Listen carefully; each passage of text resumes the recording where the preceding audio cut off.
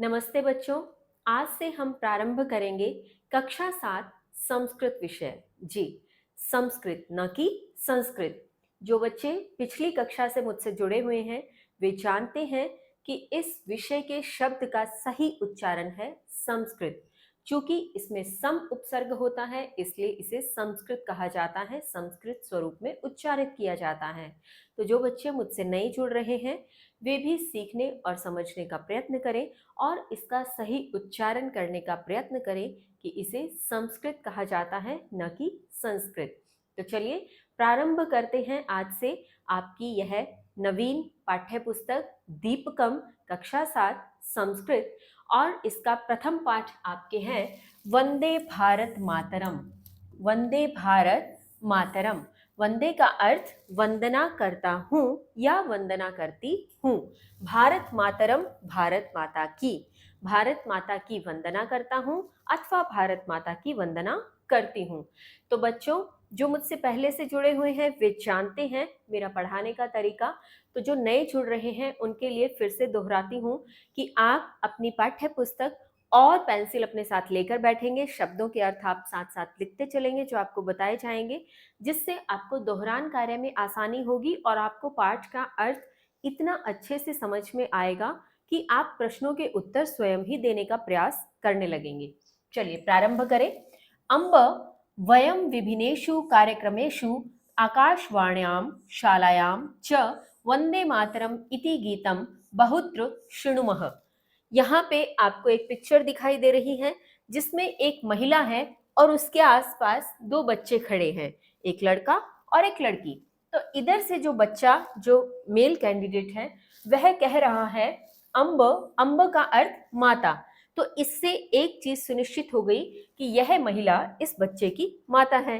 तो यह कह रहा है माता, हम विभिन्नेषु, विभिन्न यानी विभिन्नेषु विभिन्न कार्यक्रमेषु, कार्यक्रमों में, विभिन्न कार्यक्रमों में। कौन कौन से विभिन्न कार्यक्रम? आकाशवाण्याम अर्थात आकाशवाणी में, शालायाम अर्थात पाठशाला या विद्यालय। शाला को आप क्या लिख सकते हैं?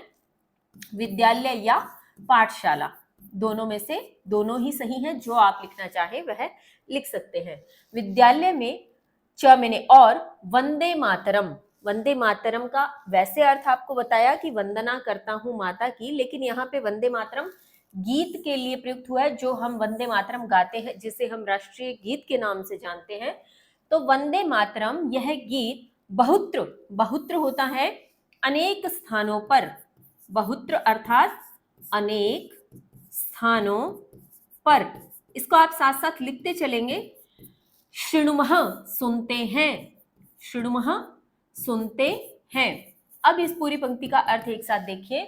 माता, हम विभिन्न कार्यक्रमों में जैसे आकाशवाणी और पाठशाला या विद्यालय में वंदे मातरम इस गीत को अनेक स्थानों पर सुनते हैं। किंतु अस्य अर्थम न जानीम। किंतु अस्य मैंने इसका, अस्य अर्थात इसका, अर्थम अर्थ, न मैंने नहीं, जानीम मैंने जानते, किंतु इसका अर्थ नहीं जानते। मातः माता, अस्य कः अर्थः, इसका क्या अर्थ है। यानी वह इस शब्द का भी अर्थ पूछ रहा है कि वंदे मातरम शब्द का अर्थ क्या है, कि हम वंदे मातरम बहुत बार गाते हैं, तो इसका क्या अर्थ है। ठीक है। अब ये बच्ची इसका उत्तर यह माता दे, उससे पूर्व यह बच्ची भी कहती है। क्या कहती है? इदम गीतम कह लिखितवान इत्यपि मम जिज्ञासा अस्ति। यह बच्ची कह रही है यह गीत कह किसने, कह किसने, लिखितवान लिखा, यह गीत किसने लिखा, इत्यपि मम जिज्ञासा अस्ति, यह भी मेरी जिज्ञासा है। अब यहाँ पे चलते चलते एक शब्द का उच्चारण आपका और सही करवाने का प्रयत्न करती हूँ। क्योंकि आप सब इसे जिज्ञासा ही बोलते होंगे इसलिए मैंने जिज्ञासा बोला, जबकि इसका उचित उच्चारण है जिज्ञासा। जी, जैसे आप इसे क्या बोलते हैं? ज्ञान, जबकि ये ज्ञान नहीं होता, ये क्या होता है? ज्ञान। और छठी क्लास की एक वीडियो में मैंने बहुत डिटेल से वर्ण विच्छेद के माध्यम से इसको बताया है। यहाँ पे बहुत संक्षेप में बताती हूँ कि ये जो वर्ण है, यह वर्ण किन से मिलकर बनता है। यह वर्ण, जैसे अगर आप ज्ञान बोलेंगे तो आपको लगेगा ग है, य है, इस प्रकार से। लेकिन इसमें होता क्या है, इसमें जकार प्लस ईकार प्लस अ, इन वर्णों को जब आप मिला देंगे तो आपके पास एक वर्ण आएगा जिसे आप क्या कहेंगे, ज, न कि ज्ञ। तो ये ज्ञान है, और अगर ये ज्ञान है तो फिर इसे क्या बोलेंगे, जिज्ञासा। ठीक है, तो मैं कहीं पर जिज्ञासा का उच्चारण करूंगी, यानी इस वर्ण को ज बोलूंगी, और कहीं ज्ञ भी बोलूंगी, ताकि आपको भी एक बार धीरे धीरे इसका अभ्यास होना शुरू हो कि मैं किसे ज या ज्ञ बोल रही हूँ। ठीक है, तो यह गीत किसने लिखा, यह भी मेरी जिज्ञासा है। जिज्ञासा यानी जानने की इच्छा है। ठीक है, अब यह माता कह रही है, क्योंकि दोनों बच्चों ने अपना प्रश्न पूछ लिया। एक ने पूछा कि माँ, वंदे मातरम हम बहुत जगह पर गाते हैं, आकाशवाणी में यानी रेडियो में सुना है, शाला में अर्थात विद्यालय में सुना है, बहुत स्थानों पर सुना है, लेकिन इसका अर्थ क्या है इस शब्द का। और वह पूछती है कि यह गीत किसने लिखा, यह भी मेरी जानने की इच्छा है। तो अब महिला कह रही है वत्सौ, यानी बच्चों, वत्सव का अर्थ बच्चों, क्योंकि दोनों बच्चों को एक साथ उत्तर दे रही है, तो यहाँ पे द्विवचन के स्वरूप में हो गया वत्सव। महान देशभक्त बंकिम चंद्र चट्टोपाध्याय 1882 तमे वर्षे आनंद मठ इति नामकम उपन्यासम लिखितवान। अब महान देशभक्त बंकिम चंद्र चट्टोपाध्याय, ये शब्द के अर्थ नहीं होंगे क्योंकि यह एक व्यक्ति का नाम है। तो यह क्या है, बंकिम चंद्र चट्टोपाध्याय एक नाम है। इन्होंने 1882 ईस्वी में आनंद मठ, यह भी एक पुस्तक का नाम है, आनंद मठ, इस नाम से एक उपन्यास लिखा। उपन्यास आप नोवेल भी कह सकते हैं, उपन्यास शब्द भी कह सकते हैं। लिखितवान, लिखा। तो यह कह रही है बच्चों, महान देशभक्त थे कौन, बंकिम चंद्र चट्टोपाध्याय। उन्होंने 1882 ईस्वी में आनंद मठ नामक उपन्यास लिखा। वंदे मातरम इति गीतम तस्मिन् एव उपन्यासे वर्तते। वंदे मातरम, यह गीत तस्मिन्, उस, एव मैंने ही, एव का अर्थ ही, उस ही उपन्यासे, उपन्यास में, वर्तते मैंने है, उस ही उपन्यास में है। यानी वंदे मातरम कहाँ से लिया गया है, बंकिम चंद्र चट्टोपाध्याय जी का उपन्यास है आनंद मठ के नाम से, और उस आनंद मठ नामक उपन्यास से यह गीत लिया गया है। वंदे मातरम इत्यस्य अर्थः अस्ति यत् अहं मातु वंदनम करोमि इति। वंदे मातरम, अब इस शब्द का जब अर्थ इसने पूछा था बच्चे ने, तो अब ये माता क्या कह रही है, वंदे मातरम इत्यस्य, इसका, अर्थः अर्थ, अस्ति मैंने है, यत कि, इसका अर्थ है कि, अहम मैं, मातुहु माता की, वंदनम वंदना या प्रणाम, करोमि करता हूं, मैं माता को प्रणाम करता हूं या माता की वंदना करता हूं, इस प्रकार से। तो अर्थ बता दिया। अब तत्पश्चात यह बच्ची फिर से कहती है, मातः इदं गीतम कस्यां भाषायाम अस्ति। माता, यह गीत कस्याम, किस, यह गीत किस भाषा में है, यह गीत किस भाषा में है। तो माता कह रही है, पुत्री एतत् गीतम संस्कृतम बांग्ला च इति भाषाद्वय वर्तते। पुत्री, यह गीत संस्कृत और बांग्ला दो भाषाओं में है। भाषा द्वय, द्वय का अर्थ दो, दो भाषाओं में है। तब बच्चा फिर से पूछता है, मातः अस्मिन् गीते वर्ण्यः विषयः को अस्ति। माता, इस गीत का वर्ण्य अर्थात वर्णन, इस गीत का वर्णन विषय क्या है, यानी इस गीत में किस चीज का वर्णन है, किन बातों का वर्णन है, तो इस गीत का वर्ण विषय या वर्णन विषय क्या है। तो माता कहती है, पुत्र अस्मिन् गीते भारत मातुः स्वरूपस्य रम्यं वर्णनम अस्ति। पुत्र, इस गीत में भारत माता के स्वरूपस्य, स्वरूप का, रम्यम अर्थात सुंदर, रम्यम अर्थात सुंदर, वर्णनम अस्ति, सुंदर वर्णन है। पुत्र, इस गीत में भारत माता के स्वरूप का सुंदर वर्णन है। इस पेज पर भारत माता अर्थात भारत का नक्शा दिया गया है, इसका मानचित्र है, और बहुत सारी चीजें इसमें अंकित की गई हैं। जब आप इसे ध्यान से देखेंगे तो आपको समझ में आएगा कि यह जो नीली पंक्तियों के माध्यम से आपको कुछ लकीरें दिखाई दे रही हैं, दरअसल यह प्रवाहित होती हुई नदियों का सूचक है, अर्थात नदियों का संकेत है कि कहाँ कहाँ हमारे कौन कौन सी नदी है, उनके नाम लिखे गए हैं। फिर जहां जहां कोई पर्वतमाला है वह यहाँ पर शो किया गया है कि रैवतक कहाँ है, अरावली पर्वतमाला कहाँ है, विंध्याचल कहाँ है, महेंद्रगिरी, सह्याद्री, ठीक है, मल्याचल, इस प्रकार से कहाँ कहाँ हमारे पर्वतमालाएं हैं पूरे भारत में। और यह जो आपके नंबर्स लगाए हुए हैं, इन नंबर पर कौन कौन सा प्रमुख तीर्थ क्षेत्र या प्रमुख नगर है, उनके नाम यहाँ दिए गए हैं। जब आप इन नंबर्स के साथ इन लिखे हुए शब्दों का मिलान करेंगे तो आपको समझ में आएगा कि 1 नंबर पर जो यहाँ संकेत है वो अयोध्या, फिर 2 नंबर पर मथुरा, हरिद्वार, काशी, कांची, अवंतिका, इस प्रकार से जो प्रमुख तीर्थ क्षेत्र अथवा नगर हैं वह इस मानचित्र के माध्यम से हमें समझाने का, सिखाने का प्रयत्न किया गया है। तो इसको आप आराम से बैठकर देखिएगा, समझने और याद करने का प्रयत्न कीजिएगा। आपको भी समझ में आएगा कि हमारा भारत कितना विशाल है, कितने पर्वत हैं उसमें, कितनी नदियां हैं और कितने प्रमुख तीर्थ क्षेत्र हैं, कितने प्रमुख नगर हैं जिनके विषय में हम बहुत कम जानते हैं अथवा न के बराबर जानते हैं। तो चलिए आगे आपके हैं। अब यह बच्चा फिर से पूछता है, अम्ब एतस्य गीतस्य किम वैशिष्ट्यम, इस गीत का क्या वैशिष्ट्य है। वैशिष्ट्य अर्थात विशेषता कह सकते हो। इस गीत की क्या विशेषता है या इस गीत का क्या वैशिष्ट्य है, दोनों में से किसी भी प्रकार से आप सेंटेंस बोल सकते हैं। तो माता कहती है, बालो बच्चों स्वतंत्रतायाः आंदोलने सर्वे देशभक्ताः एतत् गीतं मंत्रम इव गायन्ति स्म।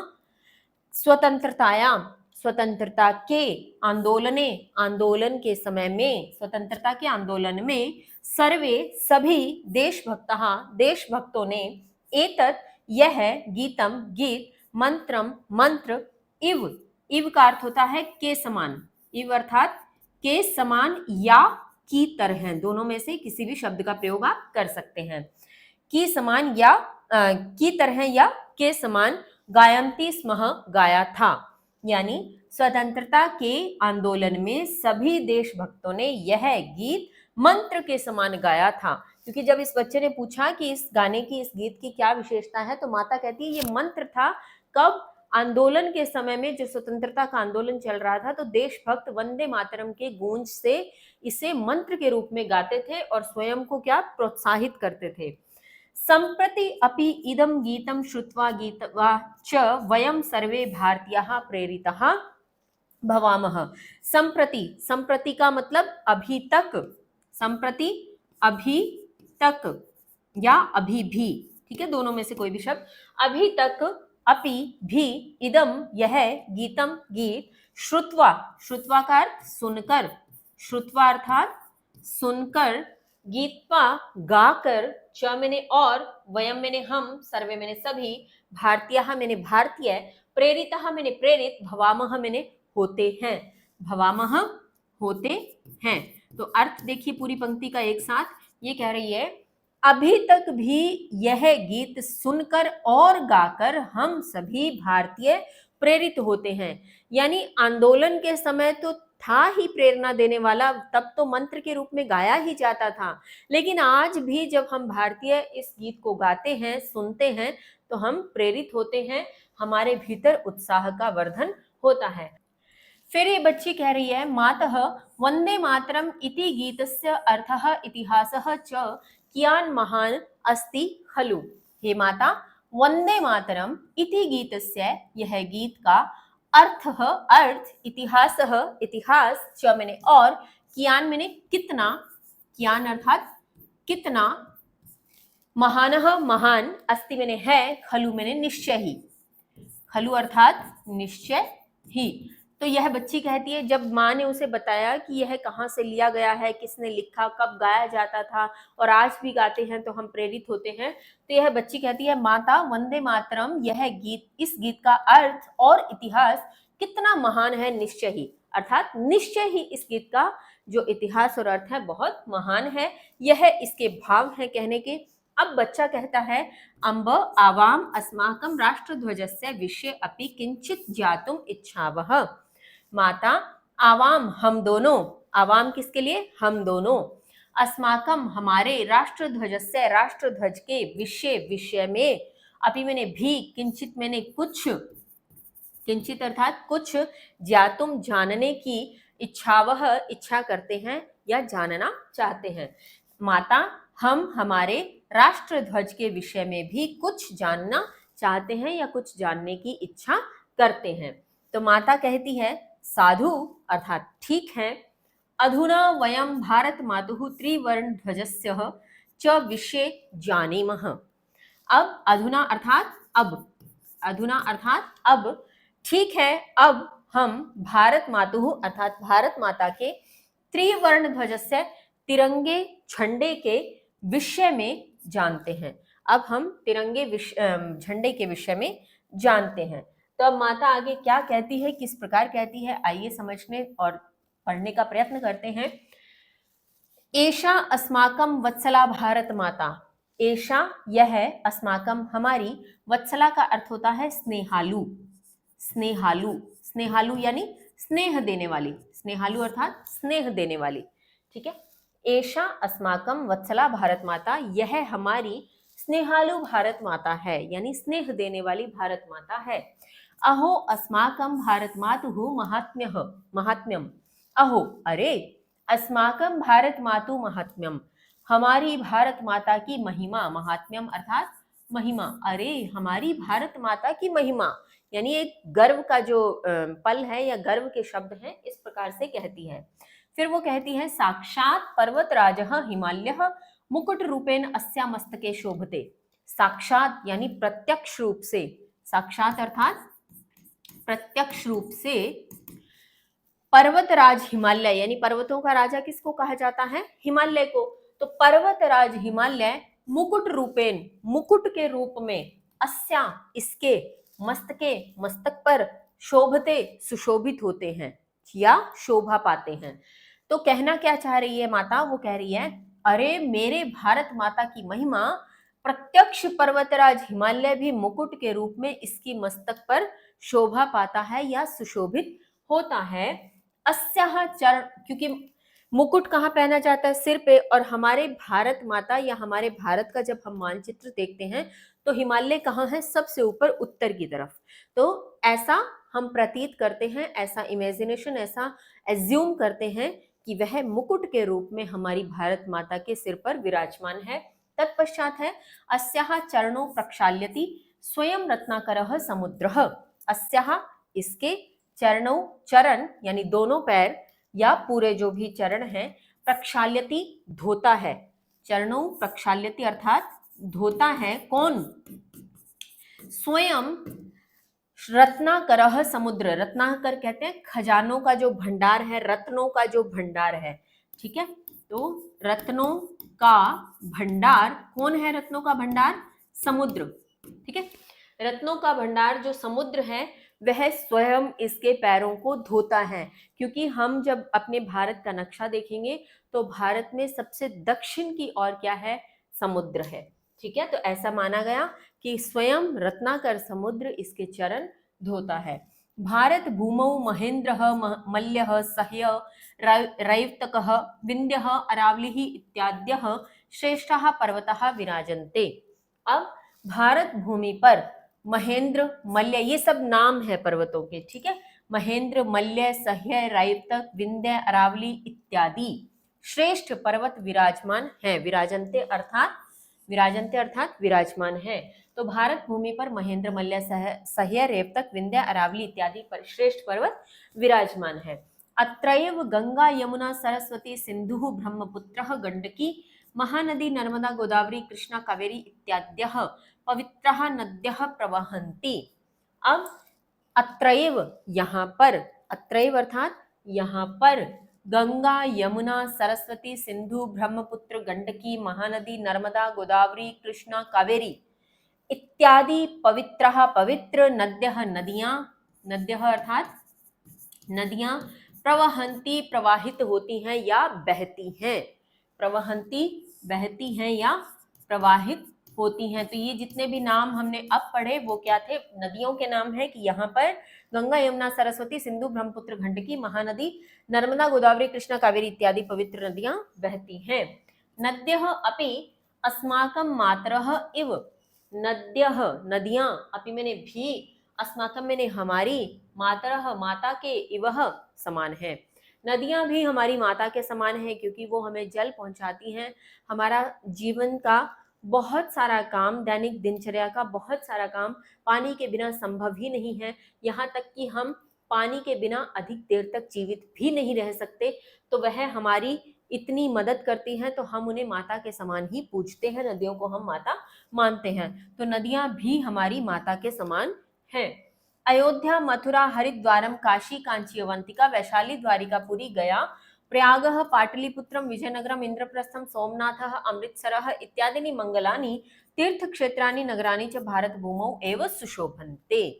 यहाँ जितने भी नाम आए वो सारे के सारे क्या हैं? तीर्थ क्षेत्र हैं, नगर हैं विशेष हमारे भारत देश के, कि अयोध्या, मथुरा, हरिद्वार, काशी, कांची, अवंतिका, वैशाली, द्वारिकापुरी, गया, प्रयाग, पाटलिपुत्र, विजयनगर, इंद्रप्रस्थ, सोमनाथ और अमृतसर इत्यादि। इत्यादि का मतलब और भी बहुत सारे हैं। इत्यादि मंगलानी, मंगल करने वाले, तीर्थ क्षेत्रानी, तीर्थ क्षेत्र, चमने और नगरानी, नगर, तीर्थ क्षेत्र और नगर, भारत भूमौ, भारत भूमि पर, एवं ही, भारत भूमि पर ही, सुशोभन्ते सुशोभित हैं, भारत भूमि पर ही सुशोभित हैं यह प्रमुख तीर्थ और नगर। एतेषां तीर्थक्षेत्राणां धूलिं ललाटे स्थापितुं विविधेभ्यः प्रदेशेभ्यः असंख्याः जनाः आगच्छन्ति। एतेषां, इन तीर्थक्षेत्राणां, तीर्थक्षेत्रों की, धूलि अर्थात धूल, धूलि अर्थात धूल या मिट्टी, ललाटे, ललाट पर या माथे पर, मस्तक पर, माथे पर, स्थापितुम, स्थापित करने के लिए, विविध, विविधेभ्यः विभिन्न, प्रदेशेभ्यः प्रदेशों से, असंख्यः असीमित, जनाः लोग, आगच्छन्ति आते हैं।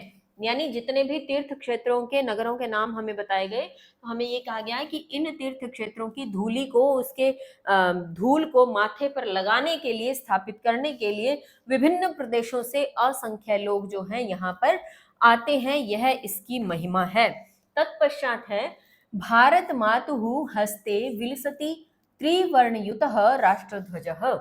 भारत मातु, भारत माता के, हस्ते हाथ में, भारत माता के हाथ में, विलसति चमकता है, विलसति अर्थात चमकता है, त्रिवर्णयुतः तीन रंगों से युक्त, युतः अर्थात युक्त, तीन रंगों से युक्त राष्ट्र ध्वज। तो भारत माता के हाथ में तीन रंगों से युक्त राष्ट्र ध्वज चमकता है। अहो, अरे, अस्य शोभः, अरे इसकी शोभा, अस्मिन् राष्ट्रध्वजे केशरः, श्वेतः, हरितः च वर्णः विराजन्ते। अस्मिन्, इस राष्ट्रध्वजे, राष्ट्रध्वज में या झंडे में, केशर अर्थात केसरिया, केशर अर्थात केसरिया, श्वेत अर्थात सफेद, हरित अर्थात हरा, चमने और वर्णः रंग, विराजन्ते विराजते हैं या विद्यमान है। इस राष्ट्रध्वज में केसरिया, सफेद और हरे रंग, हरा रंग विराजमान है या विराजते हैं। ध्वजस्य मध्ये सुंदरम नीलवर्णम चक्रमपि शोभते। ध्वजस्य, ध्वजा के, मध्य, मध्य में, सुंदरम सुंदर, नीलवर्णम नीले रंग का, चक्रम अपि चक्र भी, शोभते सुशोभित है या शोभा पाता है। ध्वजा के मध्य में सुंदर नीले रंग का चक्र भी शोभा पाता है। ध्वजे विराजमानः वर्णः चक्रम च विशिष्टम संदेशम प्रयच्छन्ति। ध्वजे, ध्वजा में यानी झंडे में, विराजमानः विराजमान, वर्णः रंग, चक्रम चक्र, च मैंने और, विशिष्टम मैंने विशिष्ट, संदेशम मैंने संदेश और प्रयच्छन्ति अर्थात देते हैं, प्रयच्छन्ति अर्थात देते हैं, कि ध्वजा में विराजमान वर्ण यानी रंग और चक्र विशिष्ट संदेश देते हैं। चक्र और रंग विशिष्ट संदेश देते हैं। हमारा तिरंगा झंडा आप सब ने देखा होगा, तो यह हमें किस प्रकार का संदेश देते हैं, अब माता आगे बच्चों को वही समझाने का प्रयत्न करती है। त्रिवर्ण ध्वजस्य ऊर्ध्वभागे विराजते केशर वर्णः। त्रिवर्ण ध्वजस्य अर्थात तिरंगे के ऊर्ध्व भागे, ऊपर के भाग में, विराजते विराजता है, केशर वर्ण अर्थात केसरिया रंग। पहले तो हमें यह बताया गया कि झंडे में 3 रंग है, केसरिया, सफेद और हरा, और बीच में नीला चक्र है। अब बता रहे हैं कि केसरिया रंग है कहाँ झंडे में, सबसे ऊपर। तो त्रिवर्ण ध्वज से तिरंगे झंडे के ऊर्ध्व भागे, ऊर्ध्व यानी ऊपर के भाग में, ऊपर के भागे अर्थात भाग में, विराजते विराजमान है, केशर वर्ण केसरिया रंग। एषः वर्णः त्याग परंपरायाः शौर्य परंपरायाः च सूचकः अस्ति। एषः यह वर्णः रंग, यह रंग त्याग परंपरा, शौर्य परंपरा, च मैंने और, सूचकः मैंने सूचक, अस्ति मैंने है।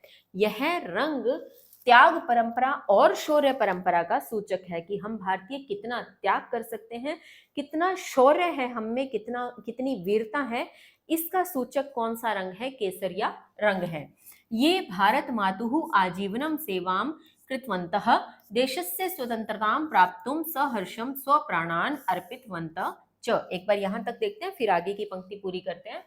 ये भारत मातुः, जिन्होंने भारत माता की आजीवनम, आजीवन यानी जन्म रहने तक, यानी जब तक उनकी मृत्यु नहीं हो गई तब तक आजीवन सेवा की, कृतवंतः की, देशस्य देश की स्वतंत्रता प्राप्त करने के लिए, प्राप्त करने के लिए, सहर्षम हर्ष पूर्वक अर्थात खुशी खुशी, प्रसन्नता से, तो खुशी खुशी, स्वप्राणान, स्व मैंने अपने, प्राणान मैंने प्राणों को, अपने प्राणों को, अर्पितवंत त्याग दिया, च मैंने और, या अर्पित कर दिया या त्याग दिया। दोबारा देखिए, जिन्होंने भारत माता की आजीवन सेवा की और देश की स्वतंत्रता प्राप्त करने के लिए खुशी खुशी या हर्ष के साथ अपने प्राणों को अर्पित कर दिया, तेषां वीराणां बलिदानम सूचयति एषः वर्णः।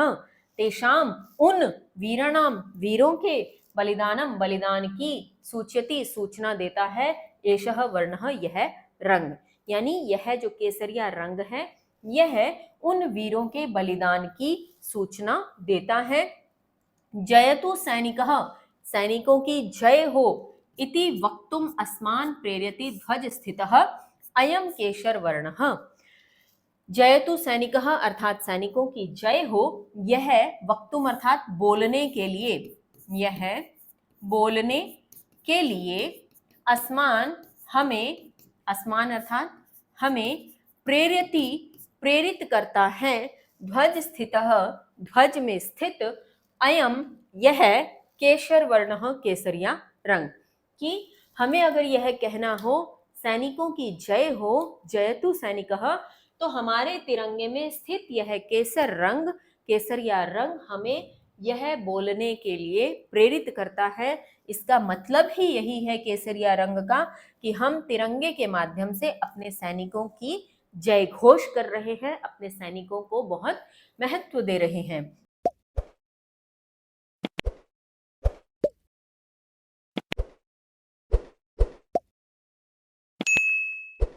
तत्पश्चात है, कृषक बांधवाः अस्माकं भारत भूमिं सर्वदा स्वस्वेद बिंदुभिः सिंचति।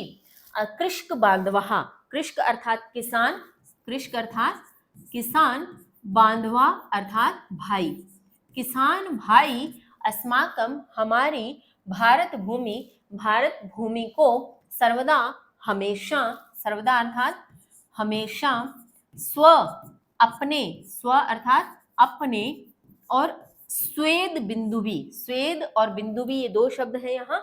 स्वेद का अर्थ पसीने, स्वेद का अर्थ पसीना या पसीने की, बिंदु भी बूंदों से, बिंदु भी अर्थात बूंदों से, सिंचती सींचते हैं, सिंचती सींचते हैं। तो पूरी पंक्ति का अर्थ एक साथ देखें, किसान भाई हमारी भारत भूमि को हमेशा अपने पसीने की बूंदों से सींचते हैं। एतेषां परिश्रमेण एव भारत भूमि ही हरित वर्णमयी समृद्धा सस्य श्यामला च संजाता। एतेषां इनके परिश्रमेण परिश्रम से एवं ही भारत भूमि हरित वर्णमयी हरित हरे वर्ण रंगमयी युक्त हरे रंग से युक्त समृद्धा समृद्ध किससे सस्य श्यामला अर्थात अनाज से भरी पूरी फसलों से चा मैंने और संजाता मैंने हुई है। इनके परिश्रम से ही भारत भूमि हरे रंग से युक्त और अनाज से समृद्ध या अनाज से भरपूर हुई है। भारत मातुः समृद्धेः एषा आभा हरित वर्ण रूपेण अस्माकं राष्ट्रध्वजे विराजते। भारत माता की समृद्धि की यह आभा, ऐशा मैंने यह है, ऐशा अर्थात यह आभा चमक, आभा अर्थात चमक हरित वर्ण रूपेण हरे रंग के रूप में अस्माकम हमारे राष्ट्रध्वजे राष्ट्रध्वज में विराजते विराजमान है। यानी हमारे राष्ट्रध्वज में जो हरा रंग है वो किसका सूचक है? हमारी पृथ्वी की हरियाली का, हमारी भारत माता की हरियाली उसकी समृद्धि का सूचक है। तो भारत माता की समृद्धि की यह चमक हरे रंग के रूप में हमारे राष्ट्रध्वज में विराजमान है। जयतु कृषकः जयतु कृषकः इति वक्तुम् अस्मान् प्रेरयति ध्वज स्थितः एषः हरितवर्णः। जयतु कृषकः किसानों की जय हो, इति वक्तुम यह बोलने के लिए, अस्मा ये पीछे वाली पंक्ति की तरह ही इसका अर्थ है, बस इतना सा अंतर है कि वहां केसरिया रंग बोलने के लिए, मतलब केसरिया रंग क्या बोलने के लिए हमें प्रेरणा देता है? जयतु सैनिकः। तो यहाँ पर है कि हरा रंग हमें क्या बोलने के लिए प्रेरणा देता है? जयतु कृषकः। तो जयतु कृषकः इति वक्तुम अस्मान् प्रेरयति ध्वज स्थितः एषः हरितवर्णः। जयतु किसान, किसान की जय हो, यह बोलने के लिए हमें प्रेरणा देता है ध्वज में स्थित यह हरा रंग, कि ध्वज में स्थित जो हरा रंग है वह हमें किसानों की जय घोष करने के लिए, किसानों को प्रेरणा देने के लिए, किसानों का धन्यवाद करने के लिए हमारे राष्ट्रध्वज में यह रंग हमें प्रेरणा देता है। तत्पश्चात चलते हैं, मध्ये स्थितः श्वेत वर्णः शांतेः सत्यस्य च द्योतकः अस्ति। मध्य में स्थित श्वेत वर्णः सफेद रंग, शांतेः शांति का, सत्यस्य सत्य का, च मैंने और, द्योतक मैंने सूचक, अस्ति मैंने है, द्योतक अर्थात सूचक। ठीक है, कि मध्य में स्थित जो सफेद रंग है वो किसका सूचक है? शांति और सत्य का सूचक है। अणुशास्त्रे, संगणक शास्त्रे, चिकित्सा शास्त्रे, अंतरिक्ष शास्त्रे, आयुध शास्त्रे इत्यादिषु विज्ञानस्य विभिन्नेषु क्षेत्रेषु भारतीयैः वैज्ञानिकैः महत् यशः प्राप्तम् अस्ति। कि अणुशास्त्रे, अणुशास्त्र क्या है? रसायन विज्ञान। अणुशास्त्र किसे कहेंगे हम? रसायन विज्ञान। अब मैं फिर से आपको एक बार दोहराती हूँ, मैंने यहाँ विज्ञान बोला, चूंकि इसका सही उच्चारण क्या होना चाहिए? विज्ञान। तो धीरे धीरे हम ज्ञ से ज्य पे आएंगे, कभी उसका उच्चारण करेंगे चूंकि वो लोक व्यवहार में मान्यता प्राप्त है, और कभी हम ठीक उच्चारण भी करेंगे चूंकि वह उसका सही उच्चारण है। तो रसायन विज्ञान, संगणक शास्त्र अर्थात कंप्यूटर विज्ञान, चिकित्सा शास्त्र चिकित्सा के विज्ञान में, अंतरिक्ष के विज्ञान में, आयुध कहते हैं शस्त्र। आयुध क्या होते हैं? शस्त्र। एक होता है शास्त्र और एक होते हैं शस्त्र। शास्त्र तो होता है जो हमारे पुराने ग्रंथ हैं, प्राचीन जो भी हमारे पास धार्मिक ग्रंथ हैं इत्यादि, जो ऐसे उपन्यास लिखे गए जो हमें किसी न किसी प्रकार से ज्ञान देते हैं नैतिकता का, तो वो सभी क्या है? शास्त्र। और शस्त्र क्या है? हथियार, जिनके माध्यम से युद्ध इत्यादि किया जाता है ना। तो शस्त्र विज्ञान यानी आयुध शास्त्र इत्यादिषु इत्यादि विज्ञानस्य विज्ञान के विभिन्नेषु विभिन्न क्षेत्रों में भारतीय वैज्ञानिकों ने या वैज्ञानिकों ने महत का बहुत यश प्राप्तम अस्ति, बहुत यश प्राप्त है। यानी भारत के वैज्ञानिकों को बहुत यश प्राप्त है। किस में? रसायन शास्त्र में, कंप्यूटर शास्त्र में, चिकित्सा के शास्त्र में, अंतरिक्ष के, शस्त्र के इत्यादि सब जो विज्ञान के विभिन्न क्षेत्र हैं, इन सभी में हमारे भारत के वैज्ञानिकों को बहुत यश प्राप्त है, बहुत नाम कमाया है हमारे वैज्ञानिकों ने। तो वैज्ञानिका नाम तत् धवलम यशः धवल वर्ण रूपेण राष्ट्रध्वजस्य मध्ये विलसति। वैज्ञानिका नाम वैज्ञानिकों का या वैज्ञानिकों का, तत् वह, धवलम यशः, धवलम यानी जो एक चमकता हुआ या शुभ्र जो यश है, ठीक है। धवल वैसे सफेद को भी कहते हैं, लेकिन पर्याय के रूप में यहाँ पे बहुत सारे अर्थ हम ले सकते हैं, क्योंकि धवल वर्ण यहाँ पे जब आ रहा है तो यहाँ होगा सफेद रंग, और जब धवलम यशः की बात हो रही है तो यहाँ हम कहेंगे चमकता हुआ यश, यानी शुभ्र यश, शुभ्र अर्थात बहुत अधिक चमकता हुआ। तो वैज्ञानिकों का वह चमकता हुआ यश सफेद रंग के रूप में, रूपेण अर्थात रूप से, राष्ट्रध्वज से, राष्ट्रध्वज के मध्य मध्य में, विलसती चमक रहा है, प्रकाशमान हो रहा है, विराजमान है, इस प्रकार से हम कह सकते हैं। तो आगे है भारतीयम विज्ञानम शांतिम प्रगतिम सुरक्षाम च परिपोष्यति। भारतीय जो विज्ञान है यह है शांति, प्रगति, सुरक्षा, च मैंने और, परिपोषित, परिपोषित करता है, यानी पोषण करता है। क्या? भारत का विज्ञान, हमारा जो भारतीय विज्ञान है, हमारे वैज्ञानिकों ने जितना अनुसंधान किया है, उन सब का अनुसंधान, वह सब विज्ञान हमारे किसका पोषण करता है? शांति का, प्रगति का और सुरक्षा का पोषण करता है। यानी हमारे देश में शांति आती है, सुरक्षा आती है, हमारा देश प्रगति करता है। किससे? वैज्ञानिकों के अनुसंधान से और हमारे भारतीय विज्ञान से। तो जयतु वैज्ञानिकः इति वक्तुम अस्मान् प्रेरयति ध्वज मध्यस्थः अयं धवल वर्णः। जयतु वैज्ञानिकः, वैज्ञानिकों की जय हो, यह बोलने के लिए हमें प्रेरित करता है ध्वजा के मध्य, यानी झंडे के मध्य स्थित यह सफेद रंग। झंडे के मध्य का जो सफेद रंग है वह हमें क्या बोलने के लिए प्रेरित करता है? वह हमें जयतु वैज्ञानिकः बोलने के लिए प्रेरित करता है। हमारे वैज्ञानिकों को, हमारे वैज्ञानिकों को वह रंग समर्पित है। तो केसरिया रंग क्या बुलवाता है? जयतु सैनिकः। और सफेद रंग क्या बुलवा रहा है? जयतु वैज्ञानिकः। और जो हरा रंग है वह क्या बुलवा रहा है? जयतु कृषकः। चलिए आगे देखें। ध्वजे विराजमानस्य घन नील वर्णस्य चक्रस्य नाम धर्म चक्रम इति। ध्वजे, ध्वजा में या झंडे में, विराजमानस्य विराजमान, घन नील वर्णस्य, घन मैंने गहरा, घन अर्थात गहरा, नील मैंने नीला, वर्णस्य रंग का, चक्रस्य चक्र का, नाम धर्म चक्रम इति, धर्म चक्र है। झंडे में विराजमान गहरे नीले रंग का चक्र जो है, उस चक्र का नाम धर्म चक्र है। यानी यह जो चक्र हमें अपने ध्वजा में, अपने झंडे में दिखाई देता है, इससे क्या कहा जाता है? धर्म चक्र के नाम से जाना जाता है। अस्मिन् चक्रे चतुर्विंशति ही अराः सन्ति।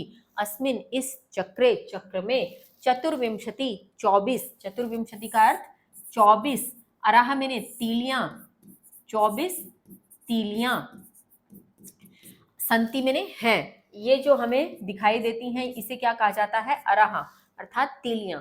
कि हमारे इस धर्म चक्र में कितनी तीलियां हैं? 24 तीलियां हैं। एतत् चक्रम चलनीयम कर्तव्य पथे वै न विर्म सततम चल इति भावम बोधयति। अब एतत् चक्रम, यह चक्र, चलनीयम कर्तव्य पथे, कर्तव्य पथ पर चलना चाहिए, न विरमय, रुकना नहीं चाहिए, या बिना विराम किए, न मैंने नहीं, विरम मैंने विराम किए या थके बिना, सततम चल, सततम यानी निरंतर चलना, यह भाव बोध्यति समझाता है। बोध्यति का अर्थ समझाता है। अब पूरी पंक्ति का अर्थ एक साथ देखेंगे हम। समझाता है, यह चक्र कर्तव्य पथ पर बिना रुके निरंतर चलना चाहिए, यह भाव समझाता है। सूर्य विरामम विना नित्यम संचरति। सूर्य विरामम, विराम के यानी रुके बिना, नित्यम मैंने नित्य, संचरति मैंने संचरण करता है या चलता रहता है। कि सूर्य भी बिना विराम के नित्य चलता रहता है। नदी कष्टानि सहमाना अपि ध्येयं प्रति नित्यं प्रवहति।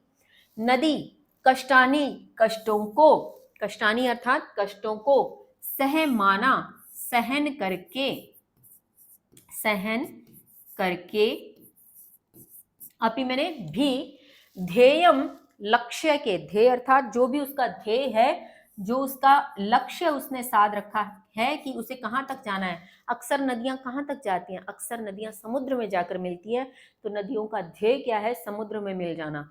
तो कहने का मतलब कि नदी कष्ट को सहकर भी लक्ष्य के प्रति नित्य प्रवाहित होती है, यानी नित्य बहती है, प्रवहती बहती है।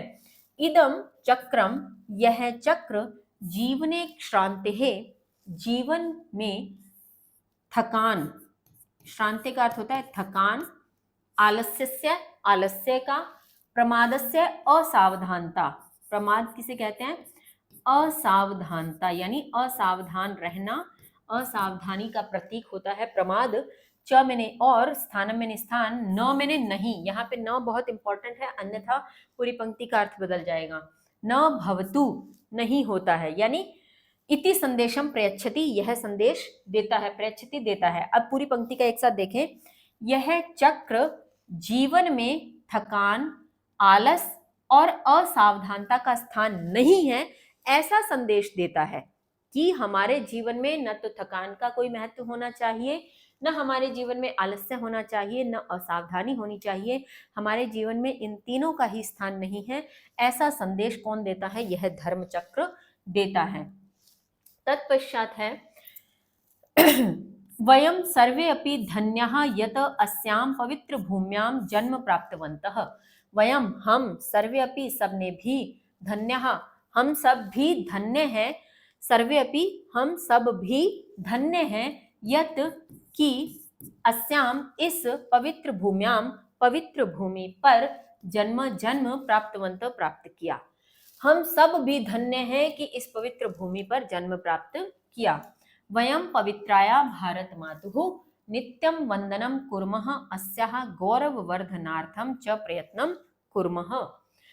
वयम, हम, पवित्राया, पवित्र, भारत मातुः, भारत माता की, नित्यम, नित्य, वंदनम, वंदना, कुर्मः, करते हैं, हम भारत माता की नित्य वंदना करते हैं, अस्या, इसके, गौरव वर्धनार्थम, गौरव की वृद्धि के लिए, यानी इसके गर्व में वृद्धि हो, इसके गौरव में वृद्धि हो, इसके लिए, क्या मैंने और, प्रयत्नम कुर्मः, प्रयत्न करते हैं, कि हम पवित्र भारत माता की नित्य वंदना करते हैं और इसके गौरव में वृद्धि के लिए प्रयत्न करते हैं।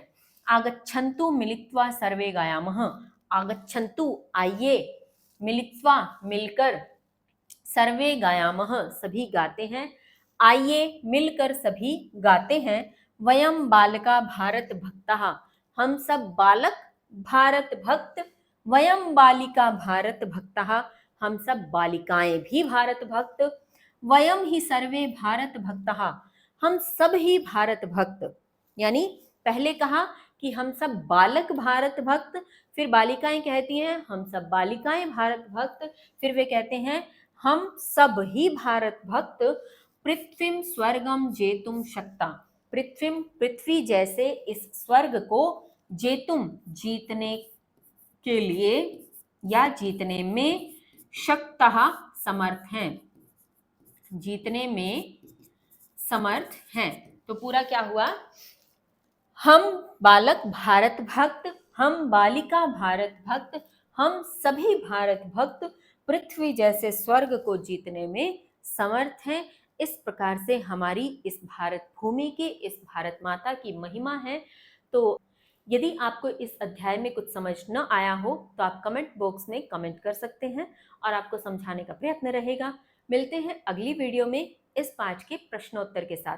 तब तक के लिए स्वस्थ रहिए, मस्त रहिए, पढ़ते रहिए। जय हिंद, जय भारत।